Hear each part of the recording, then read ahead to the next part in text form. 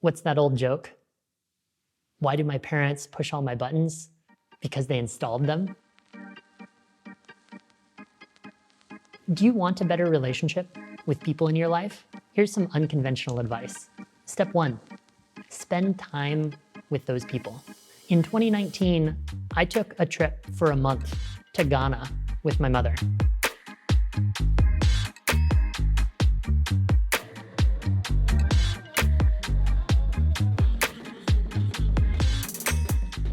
My mother is a visual artist specializing in painting textiles, and she had dreamed since she was 20 years old of visiting Ghana to see where the kente cloth is made. Personally, there are a lot of places in the world I have and want to visit.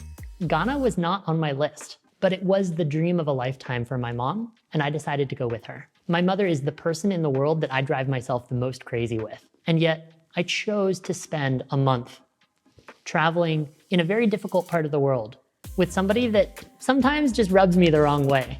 Spending time with the people that drive you a little bit nuts sometimes is a really amazing way to work on the relationship.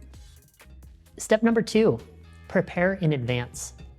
Knowing that my mom and I in 2019 were going to take a trip, I actually proposed to her that she and I sit down with a therapist to talk about the trip in advance and prepare for things that might go wrong. If therapy's your jam, go see a therapist. If it's not, sitting down with your family member, with the person in your life you're wanting to improve your relationship with, and talking in advance of your dinner or your international vacation about the things that are going wrong or could go wrong makes a world of difference. Something I learned when we sat down with the therapist said to my mom, "Holly, can you view your son Robin as the professional that he is? He runs a business, he lives a full life. Can you treat him as a peer when you're traveling together in this foreign country?" And my mom very sweetly, very authentically said, "No, he's my son. I don't know what he does at work. I don't know who he is at work. I know him as my son." And that was really eye-opening. My mom was saying very sweetly and kindly that she couldn't change in that way, that she couldn't treat me as something other than the son that I am. The therapist was a little shocked, but for me, it was such a moment of recognition that I'm going on this trip to Ghana with her. I'm not expecting her to change for me. Step number 3, things go wrong. Whether you're talking about having a conversation with a loved one, improving a difficult relationship, going on a trip, know in advance and plan in advance that things are gonna go wrong. And a pretty difficult conversation with my mother about money and logistics. Turns out that we have some very different assumptions about living arrangements that did not get clearly sorted prior to this trip. I anticipate having my own separate room. She anticipates sharing a room. She likes to live in high-end hotels. I like simple. And so she wants a single high-end room, and I would be very content with $20 a night hotel rooms, so long as I have my own separate space. And yeah, why was that so difficult to negotiate?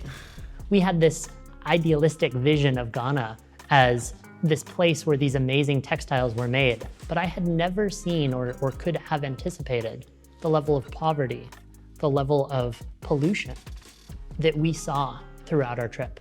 And that's where the rubber meets the road. All of these circumstances, all of these aspects contributed to the challenge of it. But in some way, because I went in knowing that it would be challenging, knowing that I was there with a clarity of purpose to be of service and to be in relationship to my mother, everything else fell by the wayside. Step number 4, know why you're there. So often we are in relationships by default without thinking through, what do I want to accomplish in this interaction? Or what do I want to accomplish with this family member over the next couple of years? Of course, I have to take care of myself. I wanted to have a good time, but those things came secondary, ancillary to the real clarity of purpose as to why I was there. If you know what you want to accomplish, it's much easier to get where you want to go. Step 5, look for change. The opportunity for growth is enormous, and it's much easier to recognize if you're looking for it. 3 days after we got back from our month-long trip to Ghana, we had to evacuate my parents for the California wildfires. A couple of weeks later, she called me up And immediately my mind jumped to all of the things that I had said I was gonna do for her that I hadn't gotten to yet. Calling travel insurance, following up on a car issue. And she said, hey, Robin, I really wanted to thank you for how much you supported me led in our trip in Ghana. And then when you had to evacuate your father and I, you led there too. And I just wanted to say thank you. My relationship with my mother is not perfect. It's transformed from how it used to be a couple of decades ago. Now, I'm a little ambitious.